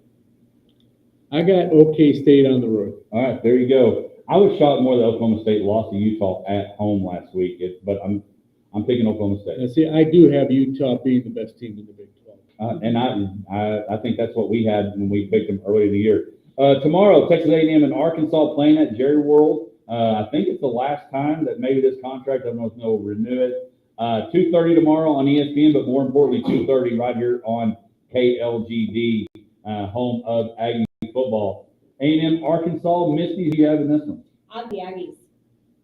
Aggies. My friend Clay's a big Arkansas guy, but got to go with the Aggies. All right, I went with Aggies too. I like Coach Pittman. If you've ever heard Coach Pittman on any kind of interview out of Arkansas, he is a perfect fit, maybe a best fit since Ogeron at LSU. Georgia, Alabama, college game day will be there tomorrow in Tuscaloosa. Opportunity for Alabama to get that first big W post Saban. Georgia showed a little bit of scare against Kentucky Josh, who do you have? This is the one game that Molly and I picked the opposite on, and I went with Alabama. And it really was that I don't think Georgia's quite to where they were before, and they're playing Alabama at Alabama, so that's why I went that way. Yeah, and that's really a tough spot to play in, but I've got to go with Georgia on this one. All right, the one question I had going into this game is how is Alabama going to do without Nick Saban? And I don't think it's going to be that well. So I got Georgia winning on the road in Bama. I've got Alabama winning. I think Coach DeBoer is going to say, hey, and I've lost blank on the quarterback's name. I'll get him in. But DeBoer and them, I think he's a better coach. He just unfortunately is following a legend. But I've got Alabama winning this, partly because at home, and I don't think Georgia is as good. Texas Tech at Cincinnati coming to the Jones. Texas Tech, another home game, 7 o'clock on ESPN2 tomorrow night. Tech in Cincinnati. Josh, who you got? Texas Tech. I've got the Red Raiders. I went with Cincinnati on the road. Cincinnati, huh? What was your thoughts on that? Really, no thought involved. I had to really struggle. This is probably the one game of the 10 that really made me think the hardest. I just had a feeling, so I just went with Cincinnati on the road. I went to Red Raiders at home. I really think that the booty kicking that they gave North Texas, I'm hoping lit a fire under the Red Raiders. All right, here we go. NFC South North Division matchup. The Vikings trying to stay undefeated, heading to Lambeau Field. Still up in the air whether or not Jordan Love's going to play, but Malik Willis looked good last week. Tennessee probably disappointed they don't have him under center. Vikings, Packers. Who do you got, Josh? Packers. I'm going to pick the Vikings on this one. I also had the Vikings. They what they did to the Texans last week made a believer out of me. I've got the Vikings as well. I hope Sam Darnold is able to play. I think that's going to be a big question mark. As long as the Vikings have Justin Jefferson, That is true. That's pretty good. That is very true. I've got the Vikings as well. Jaguars, I think if we talk about 3-0 teams and 2-1 teams, of the 0-3 teams, they're behind the Bengals because I'm shocked that the Bengals are 0-3, but I am shocked that the Jags are 0-3 and Trevor Lawrence signs the big deal, but is still struggling as a starting, having a tough year this year. I've got the Texans. I've got the Texans also. The Jaguars, I think, are as you said, just a huge surprise that they're as bad as they have looked. So there's always a chance that script flips. I've got the Texans. I also have the Texans. Trevor Lawrence, major disappointment. But he still got paid, but not living up to the deal. Chargers, Chiefs, Justin Herbert, will he be there this week? How healthy is he? Have an ankle injury. Does anybody have the Chargers? No. Everybody got the Chiefs. Patrick Mahomes playing well. Chiefs roll. All right, we're going to skip. We're going to finish with the Bills and Ravens. Seahawks, Lions. Talking about a 3-0 team that's surprising people. The Seattle Seahawks at the top of that division. Geno Smith playing well, getting some help in the running game from Charbonnet. Sounds like a wine. I've got the Seahawks beating the Lions on the road. Probably my limb of the week. Yeah, I've got Lions at home. Yes, Lions. I didn't know if you would go anti NFC North and go the. Usually I would, but I don't think Seattle's played anybody yet, and going on the road, especially playing Detroit. This will be their biggest test for sure. Yeah. All right, we'll end with the Bills and the Ravens. I think this has an opportunity to be. We didn't think the Ravens would be 1-2 going in, 1-3 going into this game. Bills, Ravens, Bills on the road. Josh Allen, we talked about betting earlier. He is the leading guy right now for the MVP and is playing better without Stephon Diggs. Bills, Ravens, who do y'all have? Got the Bills, and yes, Josh Allen, that offense is really clicking. Josh Allen is my homie. I've been talking about him for years, so it's Bills all the way. And I got Josh Allen in my fantasy football league. So, Buffalo Bills all the way. I kind of want to change it because if we had a graphic, it would be all Bills, which normally means the Ravens are probably going to find a way to win. But I think this is an exception because I do think Josh Allen, the confidence that they have, and really deep down, you've got to be a little nervous. You got out of AT&T with a win. A little nervous how that win came about and almost lost. And so I'm going to go with the Bills as well. And question, the Ravens are 1-2. They fortunately are not 0-3. Well, for them, we wish they were because the Cowboys lost. So tough games. There's some other games that will probably be enjoyable that you could have picked. Louisville, Notre Dame. But so be sure you check out those, and we'll see how picks go. John, you feel pretty good about your picks? You know what? 9 of the 10, I feel pretty good about my picks. The Cincinnati Tech, I'm kind of wavering a little bit, but I'm going to stay strong and stay true to my pick. Well, just stay away from Dr. Dozier. They're big tech people, so don't let him know that you picked Cincinnati. Well, fortunately, I've had no reason to go there, so yes. All right, there you go. All right, so there you go. That's John Keating, voice of the DRI Shredders. Appreciate him coming in this morning. Always one of our favorites. How do you feel about Caleb Williams? We got about 25 seconds. Well, he's struggled, but he threw for over 350 yards his last game, so he's on his way. The O-line still needs a lot of help. There you go. Decked out in Bears gear. He's hoping Caleb Williams will be his franchise quarterback. And he's a big Cowboy fan, right? Never. That's what I thought. We'll be back right after this. All right, I'll I see y'all. love it. Let's get a quick Oh, picture. yeah. Can you get a picture of us real quick? Yeah, let's put that. Thank you, John. Okay, yep. If you can, we'd like to try to get it, so like maybe. Good to see you, man. Eddie, good to see you. All right, John, come in here with us. Right. Come on in. Get in there, get by Don't Misty. trip. Yep, let's get close. Perfect. Big smile, everybody. All right. Awesome, thank you. John, appreciate it. All right, y'all good? Hope it's all good. All right. See you, Josh. You bet. Hey, good luck on your You lunch picks. it? You too. So good to see you. Nice to see you. Thank y'all for coming. It was so nice to meet you, Eddie. I'm so glad y'all came. Hey, Eddie, love you, too. Yeah, come back anytime. We love when y'all are here. Totally up to you about Coach McCombs. Oh, yeah, no, I'm good. Are we finishing that? Yeah, I'll just jet. I'll probably go to South Branch. I'm gonna close it at 10, so go team. Good job. Finish it up, all right.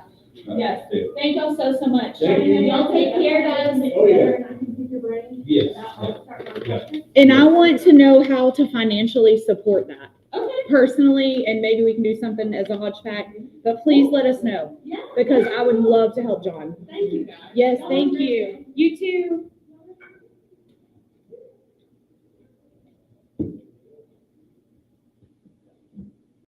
See you, friend. Bye.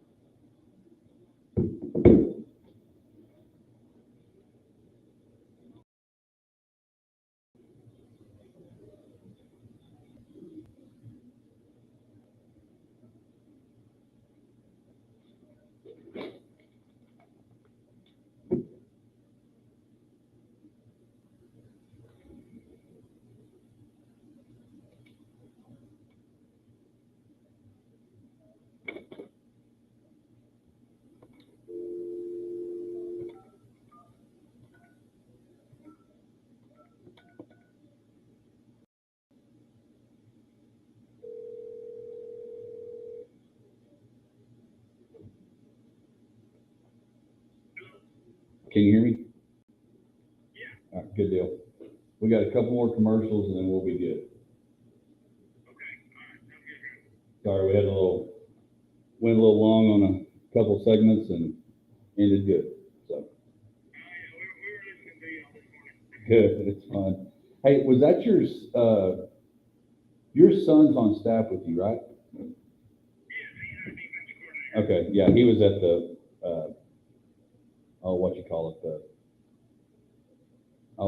job fair, school fair, whatever it was on Tuesday. Yeah.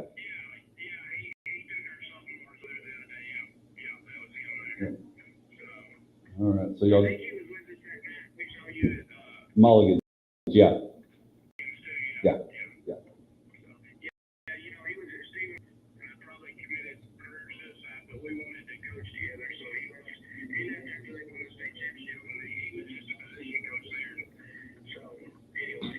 Right. Well, hey, it's not bad when you leave a state championship, at least.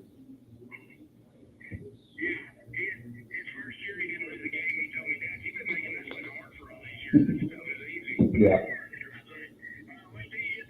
Yeah. Yeah. Well, Wiley played Stephenville last week, and they're pretty daggone good. Yeah. All right. So this is what year is this for you? Is this your third year? Okay, that's what I thought. All right, last commercial, and then we'll hit it.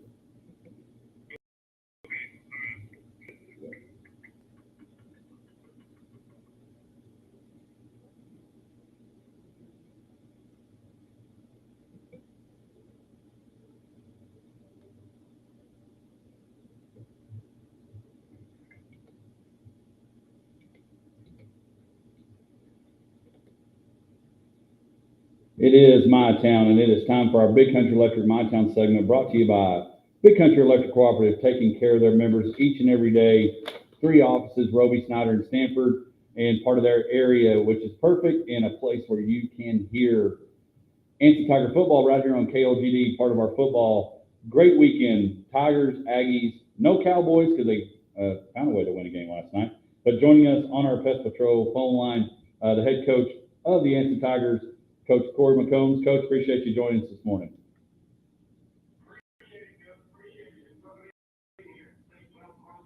Well, it's good to have you again. You can hear Anti-Tiger football tonight as they are going to be heading to Albany, another team that really is the perfect team that sets you up for what district is about to happen. We'll talk about it in a moment. But, Coach, it's your third year as head coach there, back at Anson, a place that you had been as head coach. Talk about how things are kind of rolling. Coach Patterson at ACU says you always kind of waited for year 3. Coach, talk about how important year 3 is for you in Anson.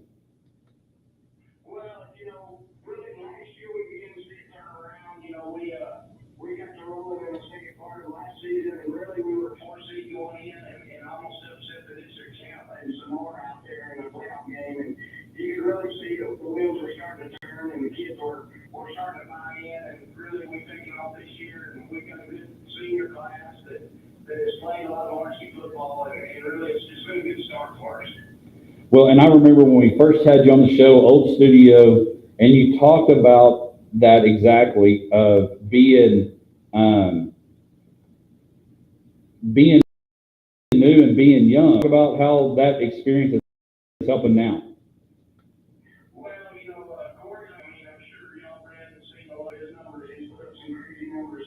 He played running back and linebacker his first 3 years, and our quarterback graduated last year. We moved him to quarterback, and he's just his leadership and his experience being on the field, even though it's not at the position he's playing, he knows what varsity football is about. And again, there's some seniors on with him, Striker Dillard, and some of those guys that they've all played a lot of football. Some of them started as freshmen. So we're really starting to see this, their experience in not only playing, but leading the younger guys that are there, because we have 4 freshmen and 6 sophomore on varsity this year. So we're even though we have some seniors that play a lot, we're still got those young team, believe it or not.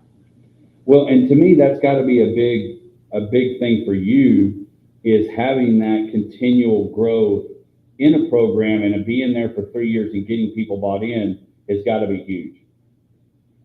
Oh, yeah, there was so much familiarity with me and most of the kids. A lot of these kids, I coach their dads or their uncles or even their aunts in softball. So there's been a lot of familiarity, just learning systems and getting comfortable with expectations and things like that. The kids have done a great job with it as far as just getting into the routine and Anson's a really good place. I mean, we have a little state on some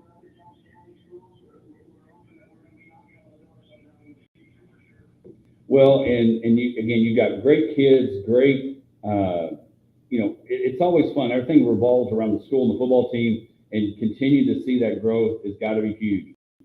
You talked about state championship team. You get one of those tonight, as you will be heading to Albany, Coach Faye. Kind of adjusting without Hill and adjusting without some of those kids that have helped win those two state championships.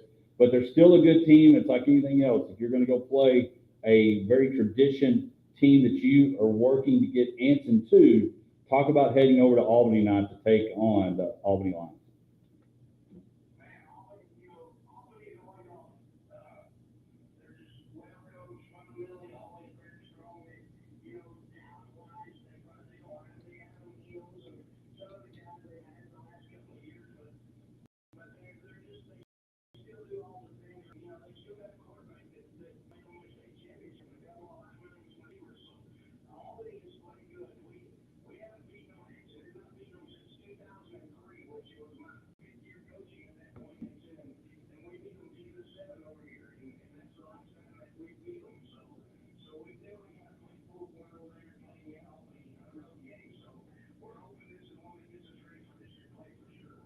Well, you talk about district play. It may be the SEC of Texas high school football when you look at the district that you're in. Talk a little bit about it. You've got Hawley. Coach Abels has got both his boys up and playing. Stanford has kind of has been rejuvenated with Hodge Pack. Not Hodge Pack, but Coach Hutchinson being back in Stanford. He's got a fullback. It's not a hunch or a humpback. Talk about that district. And kind of how what's exciting is that you've got a team that you feel like can go compete in that district.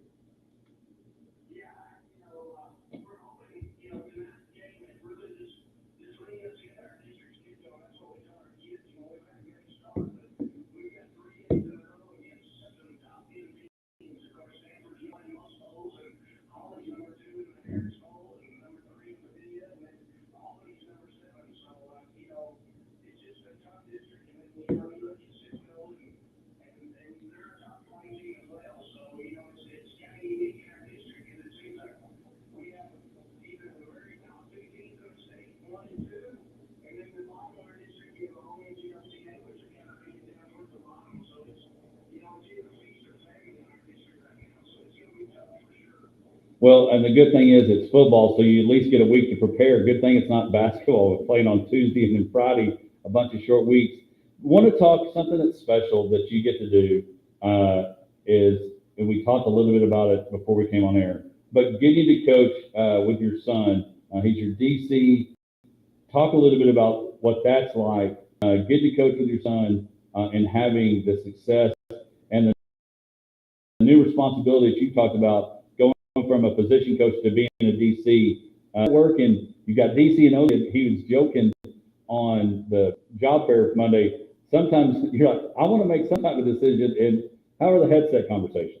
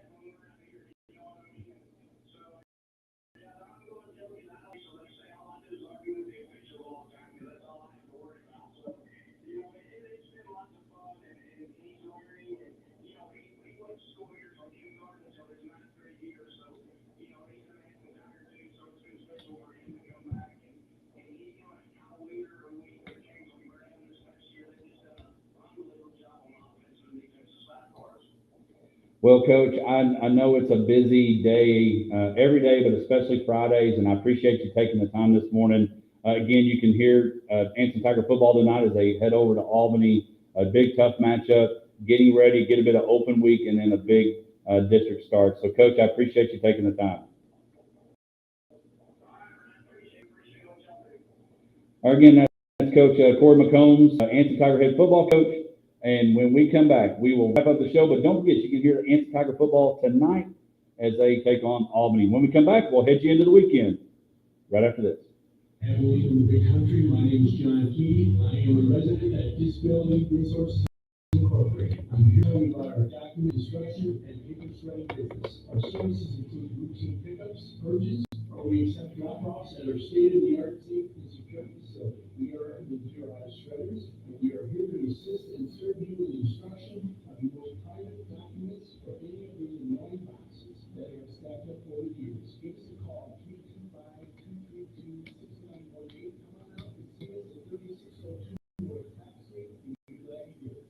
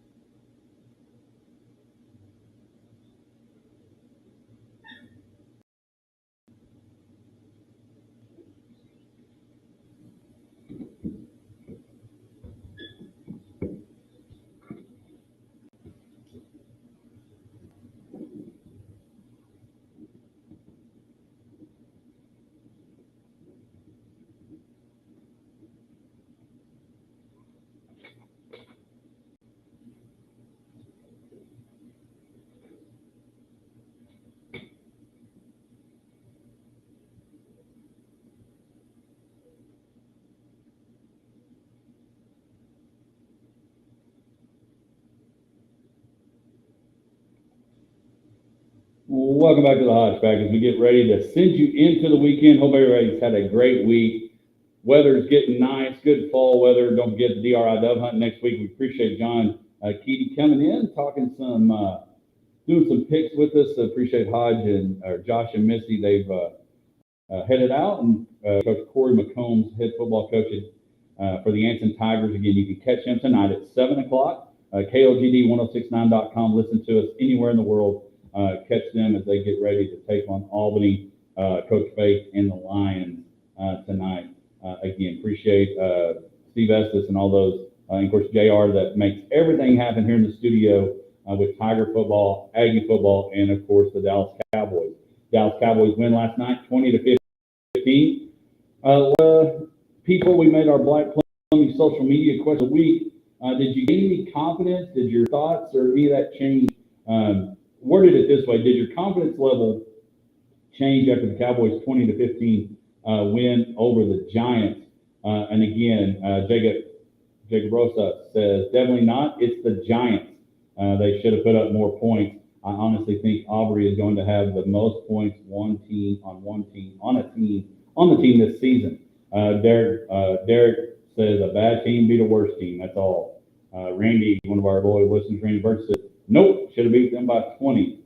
Alexander Garza says negative, and Terry McCutcheon gave us a note and a book. I highly recommend, guys, and never again buying into the Cowboys and Christo Funts, not at all. Again, we also want to thank Fat Matt Roofing. Fat Matt Roofing, our Pick'em Challenge sponsor. Again, John Keedy only has to get 2 right to beat Will, but we appreciate Fat Matt and all that they do, not only within the roofing world, but also giving back to this community. So we appreciate Fat Matt and those guys as well. So as we get ready to go into the weekend, I do want to talk just a little bit more about, we talked briefly about the quarterback situation with Matt Slicka at UNLV, leaving 3-0. UNLV's 3-0, and you heard Misty mention about, well, that 4th game messes up his year and all that. He still wants to go try to play, but leaves after not being given the $100,000 that he was verbally promised to from one of the assistant coaches. I agree with Josh. This is going to be one of those things that we end up seeing contracts being signed, obligations having to be met, not only from the player, but also from the university or from whoever is producing and giving that NIL money. It's going to have to take place, because this is just the beginning of the chaos that really, when the NIL deal started, the Pandora's box was open, the Pandora box was unveiled, the Pandora box was exposed, and now we're seeing the results of that. I guarantee it. It'll be on College Game Day of some sort tomorrow. So the thing is that we didn't get to it. Playing well, Arch Manning, and they're going to Texas playing Mississippi State this week. Curious on your thoughts. If you're still listening, if you're listening now on the end or want to pop in on Facebook, if you were Texas, we talked about Russell Wilson should find a way to go play somewhere else. Justin Fields is playing good. Do you go back to yours, or do you stay with Arch Manning, or do you play both? It'll be interesting to see what Coach Sark does out there in Austin as they get ready for SEC play. And, of course, Georgia will be coming to town in just a couple of weeks. But we appreciate you. Don't forget Texas JB Cloud coming in at 10. And, of course, you'll have the Texas two-step with Greg Austin this afternoon. Great spinning, great music all weekend, all day long. Jones will be back here on Monday. Encourage you to download, subscribe, rate, review the folks at DRI. We appreciate them so much. John coming in, Eddie as well, and then, of course, Cassie making all that happen. Download, subscribe, rate, review any podcast of the Hodge Pack. We love 5-star ratings. We appreciate that. Have a great weekend. Don't worry about a Cowboys game. They got to win. You have to wait a whole next week as they'll head to Pittsburgh. Appreciate everybody listening. We always will never take you for granted. Thank you so much. We'll be back next week with more Hodge Pack, sports life, and everything in between.